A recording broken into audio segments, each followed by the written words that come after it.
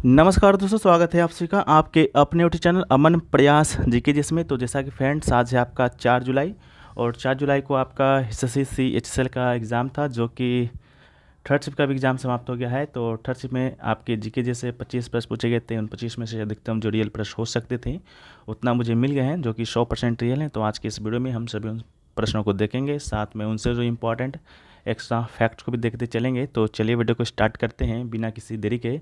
और इससे पहले चैनल पे आप नए हैं, चैनल को सब्सक्राइब कर दीजिएगा और हाँ, प्लीज़ इस वीडियो को जरूर लाइक कीजिएगा। कम से कम 500 प्लस लाइक तो दोस्तों आप करना ही करना है, ठीक है। तो जो लोग वीडियो को देखते हैं लाइक कर दीजिएगा, साथ में कमेंट भी कीजिएगा, ठीक है। तो चलिए वीडियो को स्टार्ट करते हैं। तो आज का जो पहला जो प्रश्न है वह है कि जागोई और चोलम है, जो कि किस शास्त्रीय नृत्य के दो मुख्य भाग है, ठीक है। तो इसका राइट आंसर आपका मणिपुरी डांस हो जाएगा। मणिपुरी जो एक प्राचीन नृत्य शैली है, जिसका उत्पत्ति भारत के पूर्वोत्तर राज्य मणिपुर में हुआ है। जागोई और चोलम मणिपुर के नृत्य के दो मुख्य विभाग हैं, एक कोमल और दूसरा ओजपूर्ण, जो संस्कृत साहित्य में वर्णित लास्य और तांडव तत्वों के अनुरूप है, ठीक है। तो इसका राइट आंसर आपका मणिपुरी हो जाएगा। नेक्स्ट क्वेश्चन पूछा गया कि प्रार्थना समाज का स्थापना है, जो कि डैश में हुआ था। तो प्रार्थना समाज की स्थापना की बात करते हैं तो इसका राइट आंसर आपका महाराष्ट्र हो जाएगा। इसका स्थापना आपका महाराष्ट्र यानी कि उस समय के बम्बई में हुआ था 1867 में, केशव चंद्र सेन जी की प्रेरणा से। और इसके मुख्य प्रमुख संस्थापक की बात करते हैं तो डॉक्टर आत्माराम पांडुरंग का नाम आता है, महादेव गोविंद रनाडे का नाम आता है। इसके अलावा प्रार्थना समाज का प्रमुख उद्देश्य की बात करते हैं तो जाति पाति का विरोध, पुरुषों तथा स्त्रियों का विवाह की आयु में वृद्धि, विधवा विवाह तथा स्त्री शिक्षा आदि था, ठीक है। तो इसको भी याद रखिएगा। और वीडियो में आगे बढ़ते हैं उससे पहले दोस्तों आपको बता दें कि अगर आप एसएससी सीएचएसएल का जो ऑनगोइंग आपका एग्ज़ाम हो रहा है उसमें पूछे गए तकरीबन, आज आपका मिला दें तो चौथा दिन है, तो लगभग आपका 400 प्रश्न, तो एक दिन में 100 प्रश्न पूछा जाता है 4 शिफ्टों में, ठीक है। तो 400 प्रश्न तो नहीं, लेकिन हाँ 300 प्रश्नों तक का जो पीडीएफ है अगर आप लेना चाहते हैं विथ एक्स्ट्रा फैक्ट के साथ कंबाइंड रूप से तो ले सकते हैं। 10 टॉपिक वाइज पीडीएफ भी आपको दिया जाएगा, व्हाट्सएप नंबर दिया गया है। अगर सिर्फ सीएसएसएल का लेते हैं तो आपको 25 पे करना होगा। अगर आप एसएससी फेज 12 जो कि हाल में कंडक्ट हुआ है और इससे सीपीयू का भी लेना चाहते हैं तो आपको 49 पे करना होगा। तीनों एग्जाम का आपको एक साथ मिल जाएगा, ठीक है।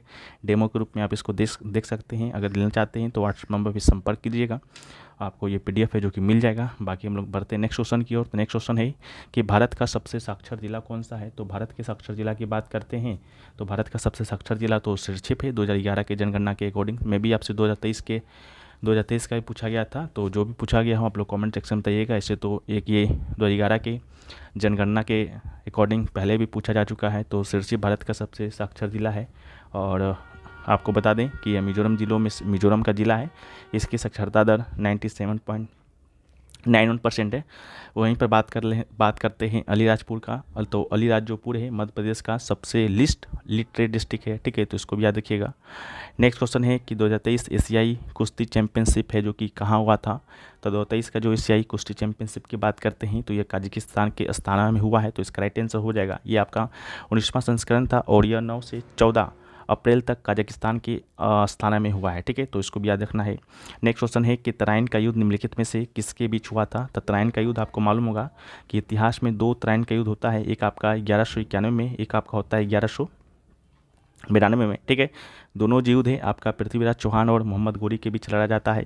लेकिन 1191 का जो तराइन का युद्ध था उसमें विजेता बनता है पृथ्वीराज चौहान, लेकिन 1192 का जो तराइन का युद्ध होता है उसमें विजेता बनता है गोरी। तो इसको भी याद रखिएगा।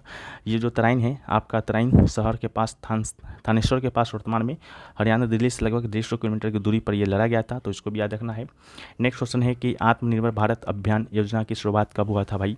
तो आत्मनिर्भर भारत अभियान योजना की बात करते हैं तो इसका राइट आंसर 13 मई 2020 हो जाएगा, ठीक है। भारत सरकार के द्वारा 13 मई 2020 को भारत को आत्मनिर्भर बनाने की दिशा में शुरू किया गया अभियान आत्मनिर्भर भारत अभियान था। नेक्स्ट क्वेश्चन पूछा गया छऊ डांस से रिलेटेड कि Chhau dance is a popular in the dash state, ठीक है। तो इसका राइट आंसर आपका वेस्ट बंगाल होगा। अगर वेस्ट बंगाल ऑप्शन में नहीं होगा तो उड़ीसा होगा, उड़ीसा नहीं होगा तो झारखंड होगा, लेकिन तीनों में से कोई एक ही होगा। इसके अलावा छऊ की बात करते हैं तो Chhau is a semi classical Indian dance with martial tribal and folk origin from Odisha, Jharkhand and West Bengal. There are 3 सब types of this dance form.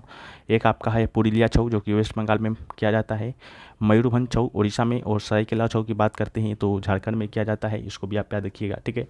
इसके अलावा जो नेक्स्ट क्वेश्चन पूछा गया वो पूछा गया कि भारत में मानसून प्राप्त करने वाला पहला राज्य कौन सा था। ठीक है, तो आपसे पहला राज्य ही पूछा गया था। तो भारत में मानसून प्राप्त करने वाला पहला राज्य अगर पूछा गया था तो इसका राइट आंसर आपका केरल होगा। लेकिन अगर आपसे अंतिम राज्य पूछा जाता तो इसका राइट आंसर आपका पंजाब होता। ठीक है, तो दक्षिण पश्चिम मानसून सबसे पहले भारत के तटीय राज्य केरल के पश्चिमी घाटों पर पहुंचता है, इस जिससे ये क्षेत्र दक्षिण पश्चिम मानसून से बारिश प्राप्त करने वाला भारत का पहला राज्य बन जाता है। ठीक है, नेक्स्ट क्वेश्चन पूछा गया where is the Khelo India youth games held in 2024। आपका 2023 का पूछा गया था फिफ्थ खेलो इंडिया यूथ गेम्स के बारे में। तो फिफ्थ खेलो इंडिया यूथ गेम्स 2023 में हुआ था, ये आपका मध्य प्रदेश में हुआ था। वहीं पर बात करेंगे सिक्स्थ खेलो इंडिया यूथ गेम्स का, तो ये आपका तमिलनाडु में हुआ है। तमिलनाडु के 4 शहर में, चेन्नई, मदुरै, त्रिची और कोयम्बटूर में। ठीक है, इसको भी याद रखिएगा।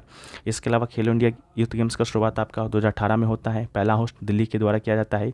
फिर 2019 में पुणे महाराष्ट्र में किया जाता है, 2020 में गुवाहाटी असम में, 2021 की बात करते हैं तो ये आपका पंचकुला हरियाणा में, जो कि पोस्टपोन हो गया था, और 2022 में भोपाल मध्य प्रदेश में होता है। ठीक है, नेक्स्ट है कि पीएम प्रणाम योजना से संबंधित आपका प्रश्न पूछा गया था। आपसे प्रश्न का लैंग्वेज इस प्रकार था कि रासायनिक जो उर्वरक है उसका उपयोग कम करने के लिए कौन सा योजना शुरू किया गया था। तो इसका राइट आंसर पीएम प्रणाम योजना था। तो पीएम प्रणाम योजना इसका राइट आंसर होगा। पीएम प्रणाम धरती माता के पुनरुद्धार, जागरूकता, पोषण और सुधार के लिए पीएम कार्यक्रम को केंद्रीय बजट जो 2023-24 लॉन्च किया गया था उसमें इसका जिक्र किया गया था। ठीक है, तो इसको भी याद रखना है। नेक्स्ट क्वेश्चन आपका आया था match the flowing correctly and choose the correct word से। ठीक है, 4 आपका पोर्ट का नाम दिया गया था और 4 आपका ये दिया गया था, पूछा गया था कि आपका कौन सा पोर्ट कहाँ पर है। तो मुंबई पोर्ट की बात करते हैं तो मुंबई पोर्ट आपका है, सॉरी ये जो आपका है जवाहरलाल नेहरू पोर्ट, ये आपका मुंबई में पड़ता है। कोलकाता में हुगली पोर्ट है और चेन्नई की बात करते हैं तो एन्नोर पोर्ट है। ठीक है, तो भारत में 13 प्रमुख आपके बंदरगाह हैं, ज़्यादा है ही नहीं। ठीक है, तो उन 13 को याद कर लीजिए, बाकी जो भी आपके एग्जाम में आता है उसके अकॉर्डिंग आप लोग उसको सही कीजिएगा। उन 13 में आप लोग यहाँ मैप के माध्यम से देख सकते हैं। यहाँ पर दोस्तों आपका गुजरात है, तो गुजरात में दोस्तों आपका यहाँ पर कांडला पोर्ट है। ठीक है, तो ये आपका गुजरात हो जाएगा। ये आपका मुंबई पोर्ट है, मुंबई में आपका वेस्ट मुंबई में एक पोर्ट है। ठीक है, इसके अलावा एक आपका जवाहरलाल नेहरू पोर्ट है, इसे नाना शवा पोर्ट के नाम से भी जाना जाता है।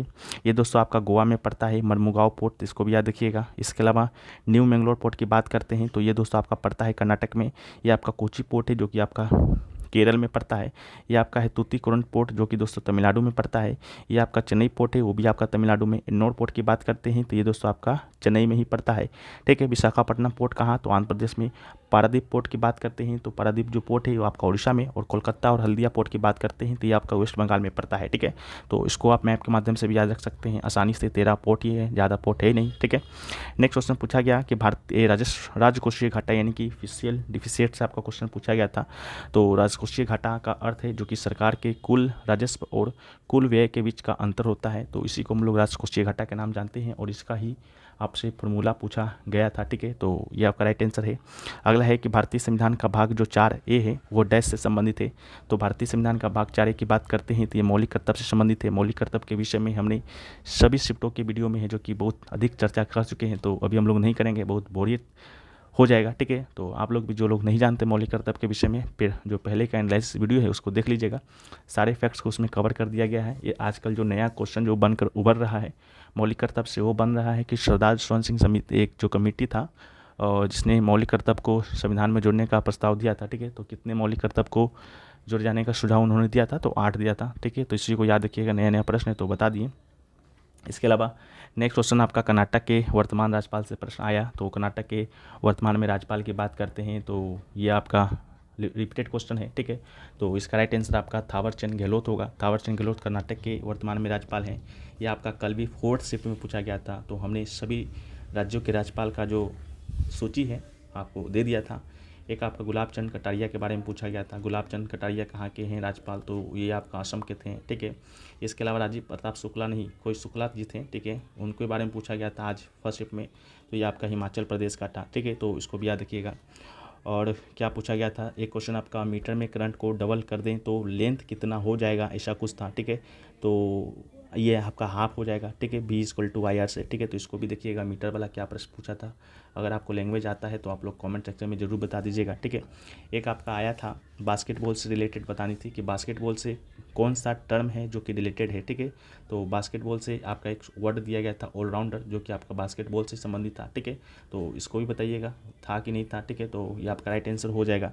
इसके अलावा आपसे पूछा गया था मोस्ट लिटरेट डिस्ट्रिक्ट ऑफ 2023, तो केरला इसका राइट आंसर होगा। ठीक है, 2011 के अकॉर्डिंग पूछा जाता तो सिटीजनशिप होता, लेकिन नहीं पूछा गया तो कोई दिक्कत नहीं है। ठीक है, तो एक पूछा गया था कि स्कीम मेंशन इन बजट, वही पीएम प्रधान योजना वाला, related to excessive use of fertilizer, तो पेस्टिसाइड होगा। ठीक है, ये पूछा गया था। एक दोस्तों आपका फेडरलिज्म का आपसे मीनिंग पूछा गया था। ठीक है, तो फेडरलिज्म का मीनिंग आपसे पूछा गया था, उसमें ऑप्शन क्या दिया गया था ये आप लोग कमेंट सेक्शन में बता दीजिएगा। ठीक है, कि इसमें आपका ऑप्शन क्या दिया गया था। एक आपका पंचवर्षीय योजना से देखिए आज प्रश्न पूछ दिया गया था। ठीक है, बहुत दिन से नहीं पूछा जा रहा था। आपका प्लानिंग हॉलीडे पीरियड से संबंधित प्रश्न आया था। ठीक है, तो प्लानिंग जो हॉलीडे जो पीरियड चला था आपका 1966 से 1969 तक चला था। ठीक है, तो इसको भी आप लोग चेक कर लीजिएगा। ठीक है, 1969 से 1969 तक 3 साल के लिए चला था। ठीक है, तो ये आया था। इसके अलावा यही सभी क्वेश्चन हैं जो कि आपके आज के शिफ्ट में देखे गए हैं। और कुछ क्वेश्चन देखें तो वेट कर लीजिए, जो लोग वेट करना चाहते हैं हम बता देते हैं। ठीक है, तो फेडरलिज्म का तो मीनिंग तो आया ही था सॉरी। इसके अलावा एक पौधे के संवहन से रिलेटेड कुछ आया था। ठीक है, तो पौधों के संवहन से रिलेटेड क्या आया था आप लोग कमेंट सेक्शन में ज़रूर बताइएगा। ठीक है, क्या आया था। और एक आपका काका हाथ रस्सी से कुछ प्रश्न है जो कि बना था, काका हाथ रस्सी से। ठीक है, तो क्या बना था एक्चुअल में प्रश्न क्लियर मिला नहीं है। इस्टेब्लिशमेंट पूछा गया था व्हाट ईयर का। ठीक है, तो ये क्वेश्चन मुझे समझ में नहीं आया, सो हो सकता है माइंड से निकल गया हो। ठीक है, तो आप लोग बताइएगा इससे क्या प्रश्न बना था। एक क्वेश्चन दोस्तों आपका आया था विकास भातखंडे से। ठीक है, भातखंडे से भी कोई क्वेश्चन भी देखने को मिला है तो उसको भी बताना है।